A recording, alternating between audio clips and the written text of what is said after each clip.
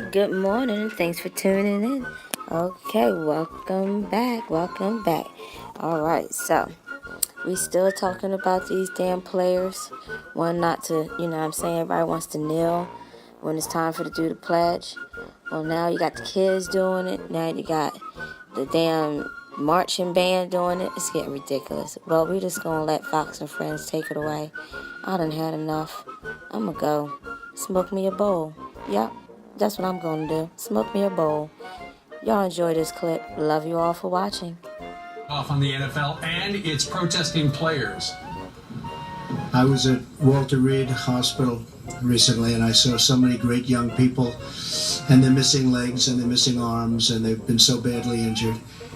And they were fighting for our country. They were fighting for our flag. They were fighting for our national anthem. And for people to disrespect that by kneeling during the playing of our national anthem, I think is disgraceful. One of those people he's talking about is our next guest. Served our great country, decided to run for Congress while recovering at Walter Reed after losing both of his legs in Afghanistan. This week he fired back at the NFL with this powerful Facebook post. He says, "I have taken a knee after jumping out of a helicopter as we looked for the enemy, taken a knee in front of the Soldier's Cross as we mourned a fallen brother, and taken a knee in church. Any player who has taken a knee to protest this great country during its anthem should already be gone." Joining us right now is U.S. Army veteran, Florida Congressman Brian Mast, joins us from our nation's capital. Congressman, good morning to you. Good morning to you. Okay, tell us about the picture that you posted on Facebook, along with the sentiment that any player who has taken a knee to protest his country during the anthem should already be gone.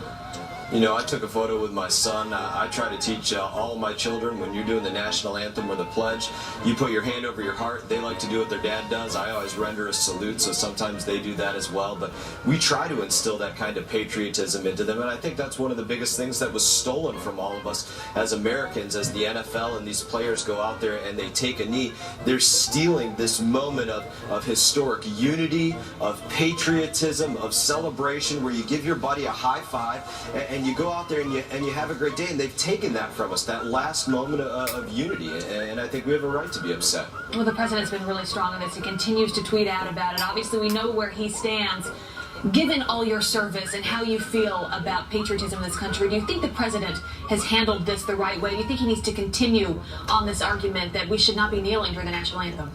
I think he is spot on with it. You know, he made comments about Walter Reed. Obviously, I have a lot of overlap with Walter Reed, but the ideas that are represented here go well beyond my time and our service members in Walter Reed today.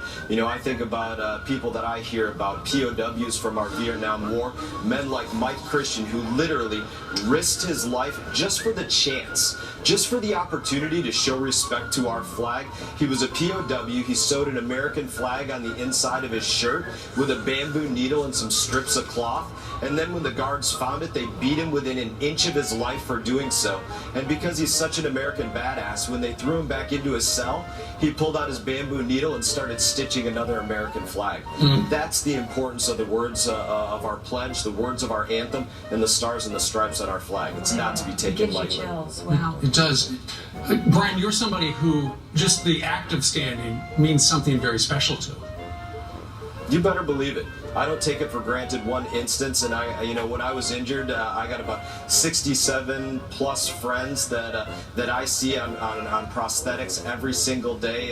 Guys that lost 2 limbs, 3 limbs, 4 limbs, and I see pictures of friends of mine that have prosthetic arms that are still out there rendering a hand salute every single opportunity that they get. This is very, very serious to us. As I said, there's men, they wear that flag on their shoulder. A lot of people think it's facing backward, but it's not. It's facing the correct direction that shows us charging forward in battle with that flag on our shoulder. That's what it means to us. It's something very deep and meaningful to anybody that served this country. Real quickly, before you go, Congressman Mast, what do you say to the people who have the counterpoint of view and think that they admire the players for standing and taking a stand? Look, we're an amazing nation. these players, they're not going to be thrown into a gulag. They're not going to be jailed. They're not going to be arrested or put in handcuffs. That's the kind of great, amazing nation that we are. They're not going to suffer anything like that. But just as it's their right to go out there and protest, even if I consider it to be hugely distasteful, it's our right to not go out there and watch them play. It's the right of the owners to go out there and say, if that's the way that you're going to go out there and disrespect your country, you're not going to be a member of this team. Congressman, I'll never forget that day with you on Capitol Hill. You are continuing to make a great difference in this country. Thank you for your service, and thank you for being with us this morning. Great to see Thank you.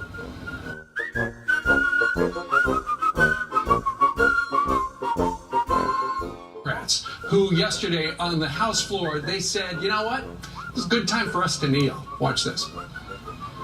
You tell me which of those children's mothers are a son of a bee. That is racism. You cannot deny it. You cannot run for it.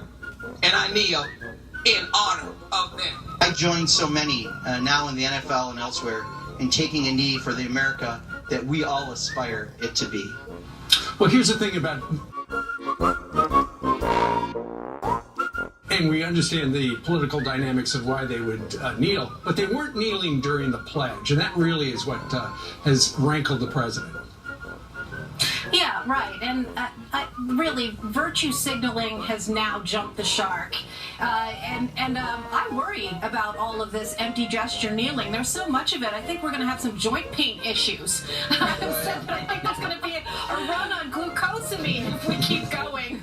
But look, I think that's the problem here, and that's why I think essentially the NFL owners and the brass who supported this are going to be in trouble because it's become so confused. What are you protesting? It reminds me when I was in college, there were so many people that would say, "Let me speak, let me speak," and then you'd say, "Okay, what do you want to say?" And they'd say, "That's it." Right. I mean, right? The race baiting here is particularly toxic and poisoning, and that's what was so offensive to so many people, whatever race, whatever color, whatever background. And you take a look at what's happened with these NFL protests, and you have to remember where it started. It started with Colin Kaepernick, a guy who supports Che Guevara, Fidel Castro, and the worst kind of black militants who have a basic bigotry against our best law enforcement officers in America. That's the problem. But here's the other problem. And I thought it was a bigger story last week on Wednesday when we saw the third graders take a knee before their Pop Warner football game. But this is the problem. Now it's spread everywhere. A high school band in Oakland decides to take a knee, the whole band, and it's joined by a catcher from the Oakland A's, Bruce Maxwell. The baseball players are beginning to take a seat, and this is the first time I've seen a band take a knee. Yeah, it is crazy, Brian. While playing the anthem, I should say. At the same time. Yes, that's right, at the same time as the anthem. Look, all these people who say that we need to fight the power, I say to them, you are the power. Get up off your knee, get up off your butts, and do something about it if you see wrongs in this country. And the fact is, there are good faith people across this country of whatever race working with each other to make a difference in this world rather than take a knee and engage in the worst kind of empty gesture politics. When you go into a locker room in the NFL, what I was always struck by, I guess most Major League Baseball locker rooms, is that black and white players don't see color, they're teammates. And if they could bring that message to schools that need it together, that would be something extremely proactive, and man, our cameras would be there. Right. Michelle, how do we heal? That's a great point. I think Brian is spot on there. How do we heal? How do we come together? How do we make it so all of us, blacks, white, whatever your background is, we're all standing together for that flag and for the national anthem? Well, I would put this back on the resistance, and I will tell them to stop smearing people that disagree with them on how to organize our society, what the best role of government is. Stop calling us white supremacists. Stop it. It's ridiculous. It is ridiculous. Accept the results of the election and move on with your lives. And get some therapy, maybe? Right. All right. Michelle Malkin joined us today from Colorado. Michelle, thank you very much. See, y'all players, you're going to wake up one morning, contract's going to be a little bit diminished and shit, ain't going to get paid as much.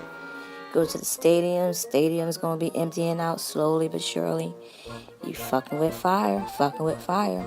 Well, let y'all niggas go. And as we always say, love, peace, and hair grease. And thanks for tuning in. We're keeping it real with the Deja Show, my niggas.